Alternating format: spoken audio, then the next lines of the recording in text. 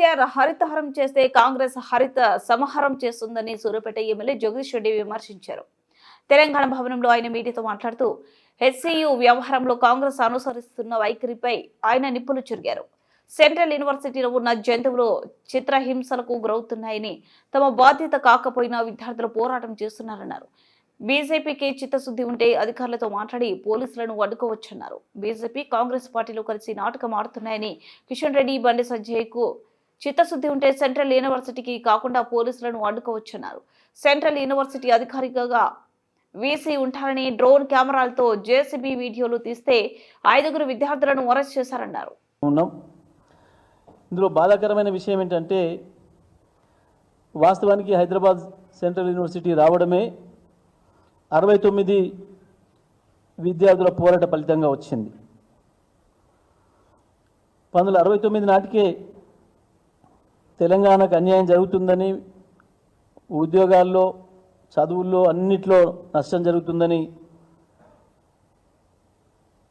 ఏదైతే పోరాటం ప్రారంభమైందో మా తెలంగాణ మాకు కావాలని, ఆ పోరాటం నుంచి మరలి పక్కదారి పట్టించడం కొరకు ఆనాడు కేంద్ర ప్రభుత్వం తప్పని పరిస్థితులలో ఇచ్చిన యూనివర్సిటీ ఇది Hyderabad central university of Hyderabad అంటాం. దురదృష్టం ఏంటంటే, ఏ ఉద్యమ ఫలితంగా విద్యార్థి ఉద్యమ ఫలితంగా వాళ్ళు సాధించుకున్నారో, ఇవాళ మళ్ళీ అదే యూనివర్సిటీని కాపాడుకోవడం కొరకు మరొకసారి ఆ విద్యార్థులు త్యాగాలకు పాల్పడాల్సిన పరిస్థితి వచ్చింది. లాఠీ చార్జీలకు గురై కేసుల పాలు కావాల్సిన పరిస్థితి వచ్చింది. ఇవాళ ఆనాడు అదే కాంగ్రెస్, ఈనాడు అదే కాంగ్రెస్.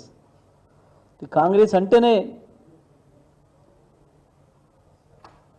కేసులు, కాంగ్రెస్ అంటేనే లాఠీ చార్జీలు, కాంగ్రెస్ అంటేనే జైళ్ళు అనేది మరొకసారి నిరూపించుకుంది వాళ్ళ కాంగ్రెస్ ప్రభుత్వం, దాని నాయకుడు రాహుల్ గాంధీ కూడా. ఇంకా దుర్మార్గం ఏంటంటే, దీంట్లో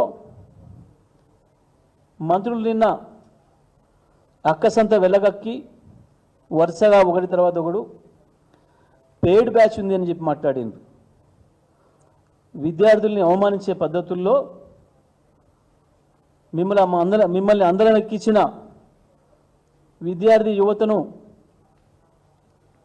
వెక్కిరించే పద్ధతుల్లో, హేళన చేసే పద్ధతుల్లో, అవమానపరిచే పద్ధతుల్లో పెయిడ్ బ్యాచ్ అని మాట్లాడారు.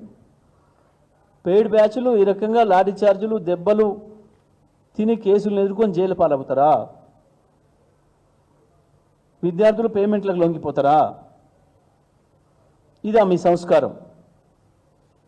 ముఖ్యమంత్రి, మంత్రుల సంస్కారం గిదా? విద్యార్థుల గురించి మాట్లాడేటప్పుడు, విద్యార్థుల గురించి ప్రస్తావించేటప్పుడు మీరు మాట్లాడే మాటలు గివే.